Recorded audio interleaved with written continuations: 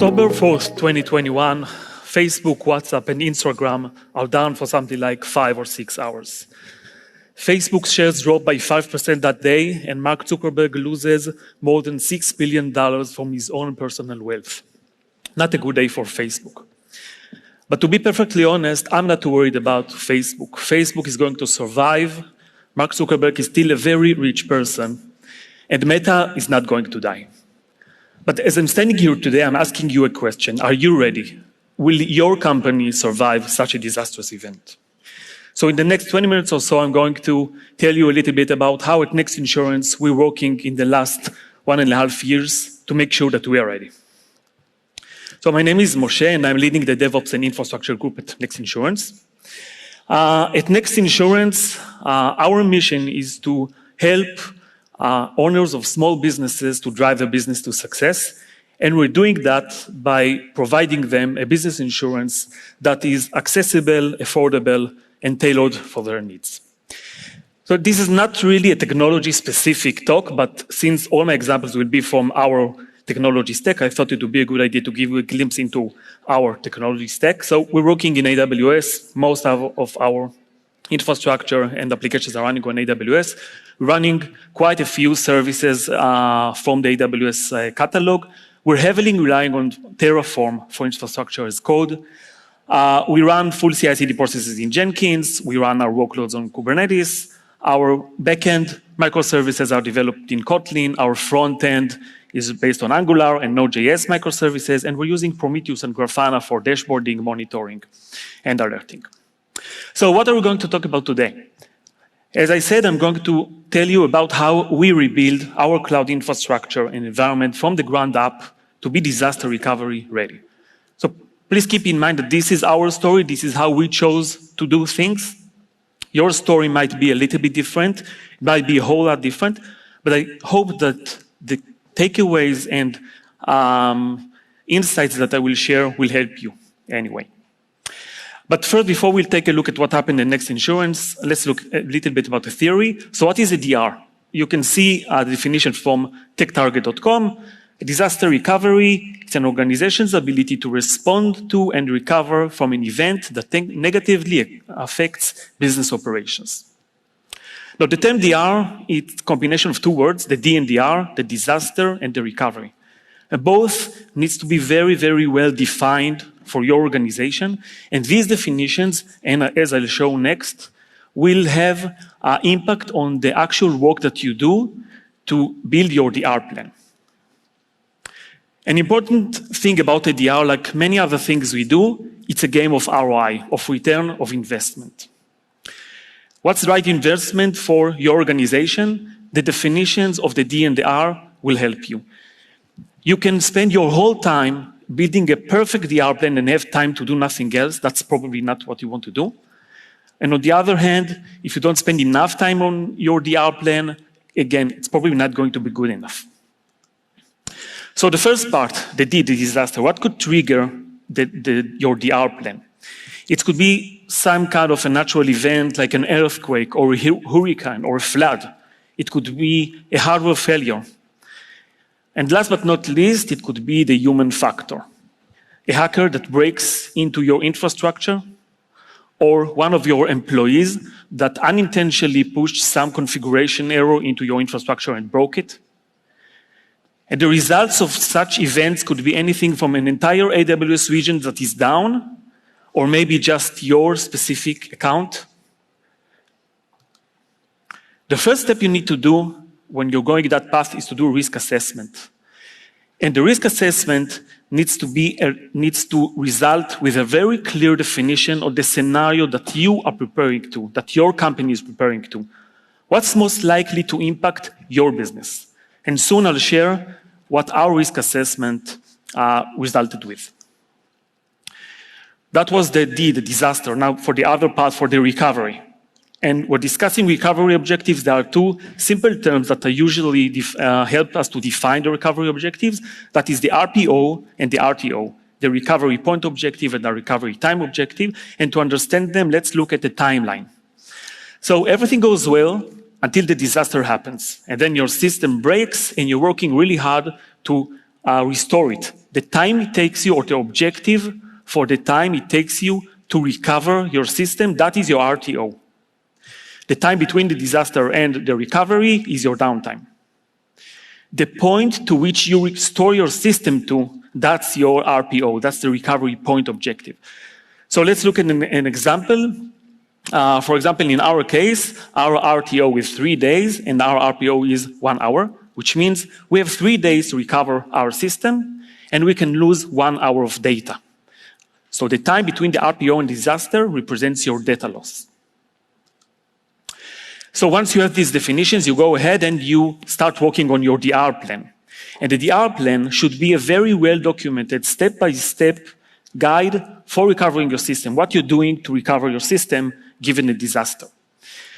Two key points about your DR plan. The more automation you have in your DR plan, well, the less manual steps you're going to have to take. It will probably be quicker, and we will probably have less human errors involved. The other thing to remember is that you should minimize assumptions of prior knowledge when you're building that documentation. Remember that you don't know exactly who in your team will run this DR plan. And it is also a very, very stressful situation. So the better documentation you have in your DR plan, the more chances it has to succeed. But perhaps the most important takeaway about the DR plan is that it is absolutely worth nothing, does not worth your time unless you're testing it. And moreover, if you're building a DR plan, you're testing it once, and then you're placing it in your drawer for future use, and never look at it again until the disaster happens, it also does not worth your time. Because your infrastructure keeps changing, it keeps evolving, your application keeps evolving, and your DR plan needs to be adapted to these changes, needs to be tested and updated, and then retested and updated. And again, I'll show you soon how we do that at Next Insurance. So just a recap on the process. The first step is the risk assessment. The result should be a clear definition of the disaster that you're preparing to, the RPO, the RTO. Then you go and build your DR plan, and then you test it in a DR drill, and then you periodically fix it and test it again and go through that cycle again and again. So that was the theory. Let's talk about what happened in Next Insurance. So like many other startups, we started small. We had a market we needed to conquer. We did not know how our infrastructure will end up looking like. We did not know how our applications will end up looking like. So we started simple, small and simple, single AWS account, almost no infrastructure automation, no infrastructure as code, permissions managed manually, a small team working to get the startup ramped up, right?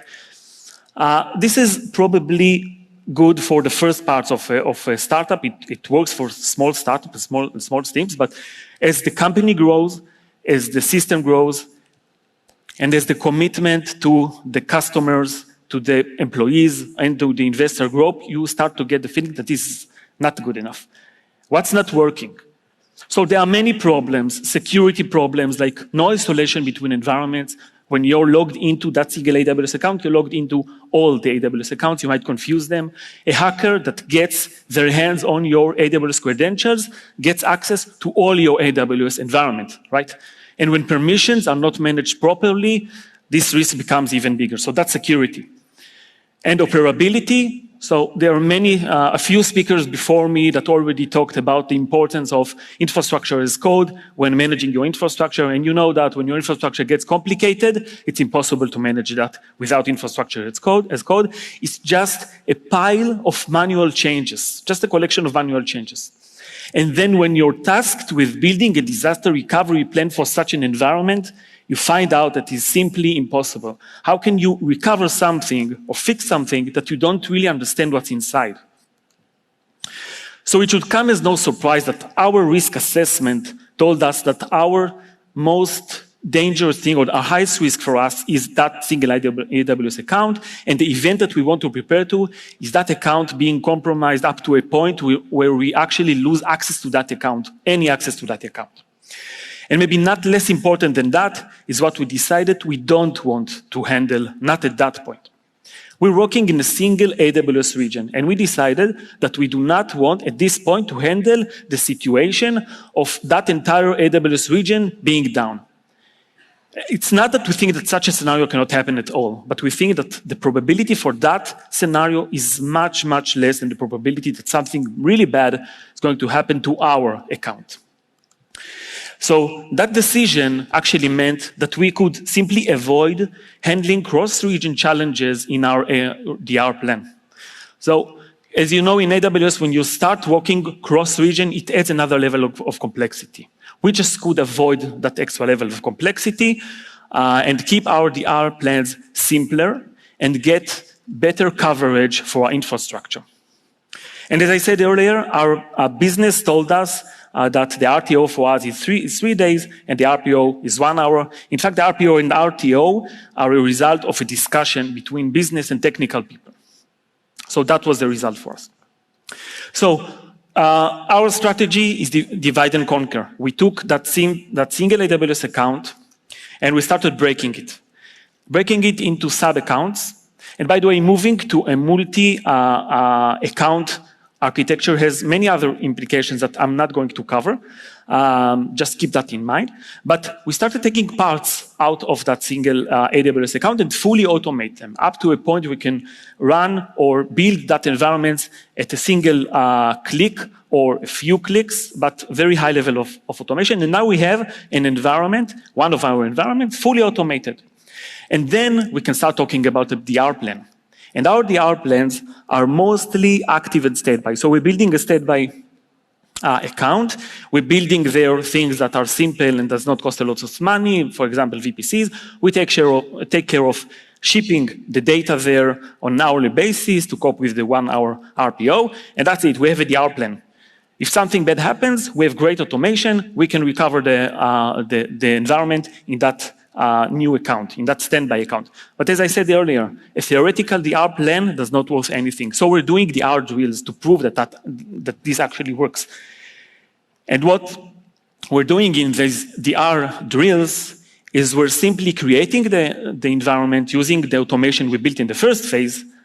And since we're preparing for the situation of losing all access to our account, we're destroying the old account. And that DR account becomes our active account, and we go ahead and building the next standby account. And we do that periodically. We're doing that to all our environments, not just dev as this slide shows, but also production. And for us, we decided that we prefer having production issues here and there that are a result of these DR plans. We prefer that than having a theoretical DR plan.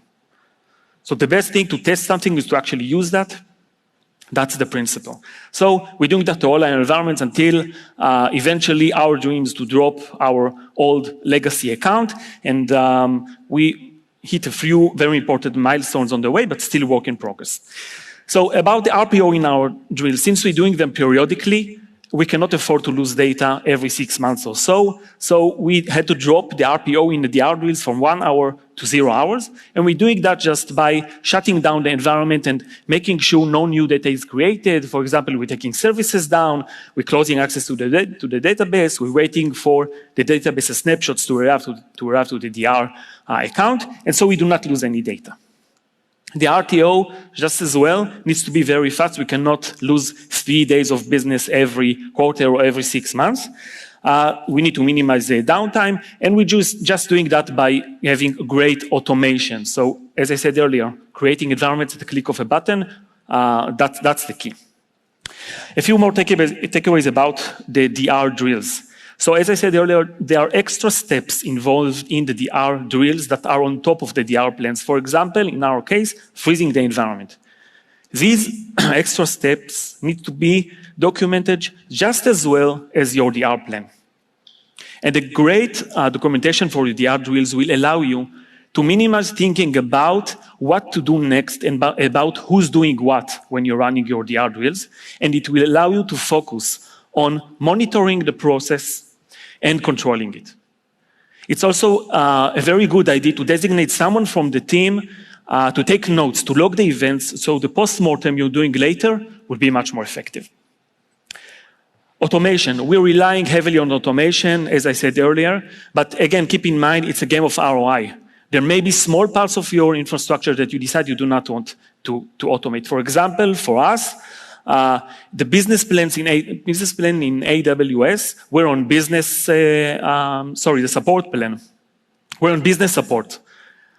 But every AWS account that we're creating, the default is basic support. And you have to log in as the root user and then upgrade that for each and every account that you're doing. Well, that's something that you have to do, and we decided we do not want to automate that because it's just too much effort and it's not that important at the first phase. Another important key or idea that we are using, or principle that we're using, is the build, destroy, and rebuild. When you're building your automation code, you're usually building it incrementally. On a new account, you create your VPC, then you create your EKS, then you're deploying your application. You're doing that, and you have a working environment. When you reach a milestone with your automation, destroy it all. Rebuild it from scratch. Make sure that your automation code, your infrastructure as code, works even when it is running on a clean environment from scratch. Also, a very important thing that we found out that now globally unique IDs, they become transient when we're moving between accounts. Account IDs, S3 bucket names, they are globally unique, and since we're moving between environments all the time, they're no longer fixed, they become transient. So we need to invest in minimizing using them and configuring them in single locations. And that's just an example, a quick example of a trick that we're doing. This is an S3 bucket policy, and that bucket allows a specific role that lives in some account to delete objects.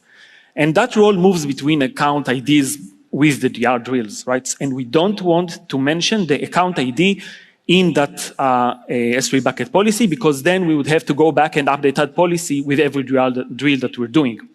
We don't want to do that, so we're using a wildcard for the account name.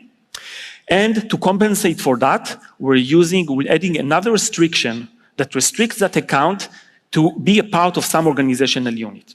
Now, organizational units are a part of the AWS organization's service, not going to go deep into that, but think about it as groups of accounts. And since all the accounts of the same type belong to the same the same organizational unit, we can rely on that on the bucket policy.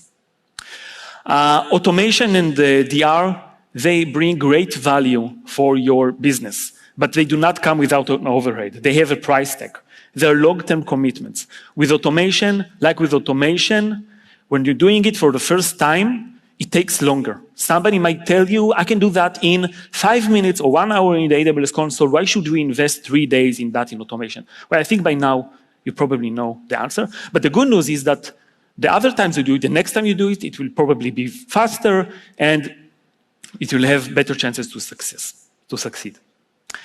DR is also a long-term commitment. It's an additional concern for everything new that you do with your infrastructure. For your example, you decide to adopt a new type of database.